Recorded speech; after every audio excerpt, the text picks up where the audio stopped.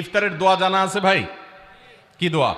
আমরা একটা দোয়া কমন জানি বাংলাদেশে মানুষ, সেটা হলো আল্লাহুম্মা লাকা সুমতু আলা রিজকিকা আফতারতু। এটাও হাদিসে বর্ণিত হয়েছে, কিন্তু হাদিসের সনদ নিয়ে অনেকে কোনোটা নিয়ে আলাপ তুলেছেন, প্রশ্ন তুলেছেন। আল্লাহুম্মা লাকা সুমতু মানে হলো, হে আল্লাহ, আপনার উদ্দেশ্যে রোজা রেখেছি, ওয়া আলা রিজকিকা আফতারতু, এবং আপনার দেওয়া রিজিক দিয়ে ইফতার করেছি। আর ইফতারের আরেকটা দোয়া হলো যাহাবাজ জামা ওয়াবতাল্লাতিল উরুক ওয়া সাবাতাল আজরু ইনশাআল্লাহ। এটা একটা দোয়া। যদি এগুলো দোয়ামূলক নয়, আমরা দোয়া বলছি, এটা মূলত আল্লাহর কাছ থেকে একটা প্রত্যাশা। এর অর্থ হলো যাহাবাজ জামা, আমার পিপাসা দূর হয়ে গেছে। ওয়াবতাল্লাতিল উরুক, আমার শিরা উপশিরাগুলো সব সিক্ত হয়ে গেছে। ওয়া সাবাতাল আজরু ইনশাআল্লাহ, এবং আল্লাহ চাহেন তো এই রোজার বিনিময় আমার সাব্যস্ত হয়ে গেছে আল্লাহর কাছে, এটা স্থির হয়ে গেছে। এটা হলো ইফতারের দোয়া। ইফতারের দোয়াটা কি ইফতারের আগে করব না পরে করব?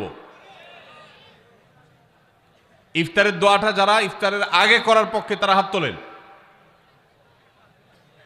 অল্প সংখ্যক মানুষ। আর বাকিরা সবাই কি পরের পক্ষে না মাঝখানের পক্ষেও আছেন লোক? সব পরের। মাশাআল্লাহ, সব সূক্ষ্ম সূক্ষ্ম মাসআলা দেখি গাবতলী মানুষ জানে, মাশাআল্লাহ, অনেক অগ্রসর দেখা যায়। আল্লাহ আমাদের সবাইকে দিনের জন্য কবুল এবং মঞ্জুর করুন, মাশাআল্লাহ। ভাইরা আমার, ইফতারের দোয়াটা ইফতারের পরে করতে হয়, যেটা বেশিরভাগ মানুষ জানে না। কিন্তু আমি অবাক হলাম যে এখানে বেশিরভাগ মানুষ আপনারা জানেন, মাশাআল্লাহ, নলেজেবল মানুষ, বোঝা গেছে।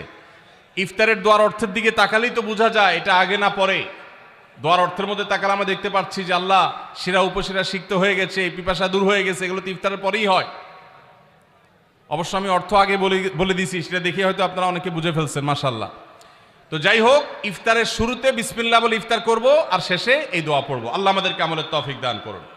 9 নম্বর হলো সাহরি এবং ইফতারে খেজুর খাওয়া। খেজুর দিয়ে সাহরি ইফতার করা। ইফতারে আপনি অন্য যা খান না খান, খেজুর দিয়ে খাবেন। নবী সাল্লাল্লাহু আলাইহি সাল্লাম আদা পাকা আদা খেজুর দিয়ে ইফতার করতেন, যেটাকে রোতাব বলা হয়। আর যদি সেটা না পাওয়া যেত, সাধারণ যে কোনো খেজুর, সেটাও না পাওয়া গেলে একটু পানি খেয়ে তারপর তিনি ইফতার করতেন। আমরা ইফতারে খেজুর খেতে হয় সুন্নাহ, এটা আমরা জানি, কিন্তু যেটা জানি না সেটা হলো সাহরিতে খেজুর খাওয়া। ভোর রাতে সাহরিতে খেজুর খাওয়া সুন্নত। এটা আগে কে কে জানতেন? হাত তোলেন। আগে জানতেন, মাশাআল্লাহ, হাত নামান। গত বছর রমজানে সাহরিতে ভাত তরকারি যাই খাইছেন না খাইছেন, একটা হলো খেজুর খাইছেন, কারা কারা হাত তোলেন? মাশাআল্লাহ, দেখি সব আমল করা মানুষ, মাশাআল্লাহ। তাহলে তার ওয়াজ টোয়াজের কোনো দরকার নাই। এত নলেজেবল মানুষ, এত আমলদার মানুষ যদি এলাকায় থাকে, তাহলে ওয়াজের দরকারটা কি? আল্লাহ আমাদের সবাইকে আমলের তৌফিক দান করুন। ভাইরা আমার, ইফতারে খেজুর খাওয়া যেমন সুন্নাত, সাহরিতেও খেজুর খাওয়া সুন্নাত, কিন্তু খেজুর খাওয়া কোনো ফরজ ওয়াজিব না। খেজুরের দাম বেশি হয়ে গেছে, আপনি কিনতে অপারগ। যদি একটা খেজুরও পুরো রমজানে না খান, আপনার রোজার কোনো অসুবিধা হবে। তবে নবী সাল্লাল্লাহু আলাইহি সাল্লাম যেহেতু ইফতার এবং সাহরিতে খেজুর খেতেন, আর খেজুরে প্রচুর পরিমাণ সুগার আছে, উপকারী, যেটা মানুষের স্বাস্থ্যের জন্য উপকারী, প্রচুর পরিমাণ এনার্জি আছে, খাদ্য শক্তি আছে। সারাদিন রোজা রেখে আমাদের যে সুগারের ঘাটতি হয় সেটা পূরণ করার জন্য সহায়ক হয়।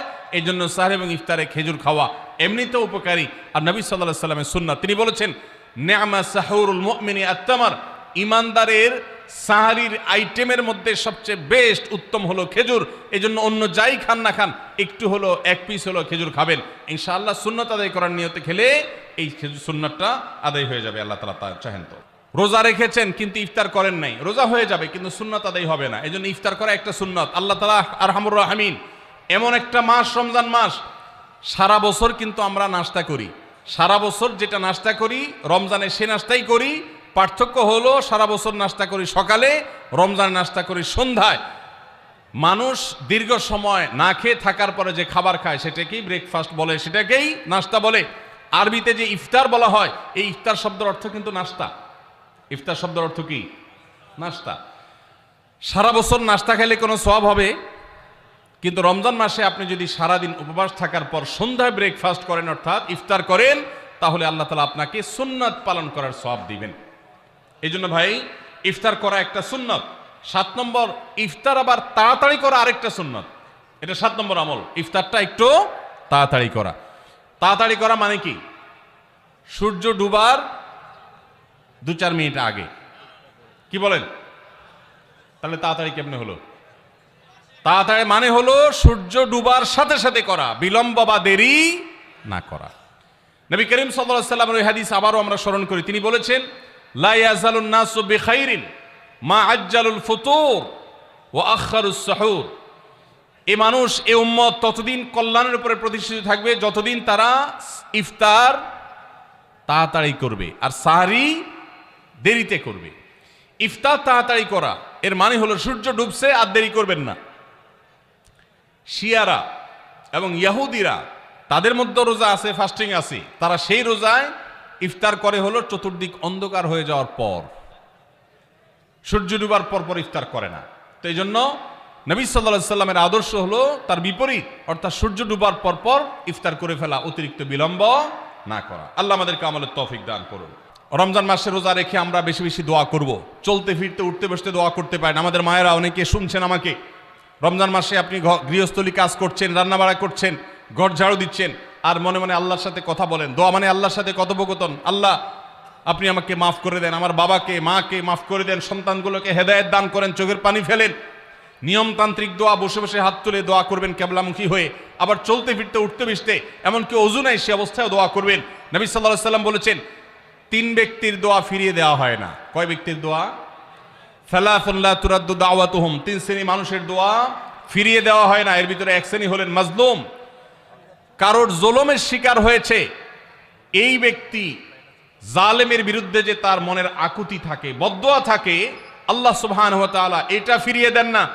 এই জন্য পৃথিবীর ইতিহাসের কোন জালিম আপনি দেখাতে পারবেন না যেই জালিমকে আল্লাহ ছেড়ে দিয়েছেন, আল্লাহ ছাড় দিয়েছেন কিন্তু চূড়ান্তভাবে ছেড়ে দিয়েছেন, এমন কোন জালিম আপনি দেখাতে পারবেন না। এই জন্য ভাই, কখনো কোন অবস্থাতে কারো প্রতি আমরা জুলুম করব না। আল্লাহ আমাদেরকে সেটা মানার তৌফিক দান করুন। তাহলে 3 ব্যক্তির দোয়া কবুল হয়, ফেরত দেওয়া হয় না। তার ভিতরে একজন হলো মাজলুম, যার প্রতি আপনি জুলুম করেছেন, সে আপনার বিরুদ্ধে যে বদদোয়া করে, এটা লাগবেই লাগবে, আজ হোক আর 2 দিন পরে হোক।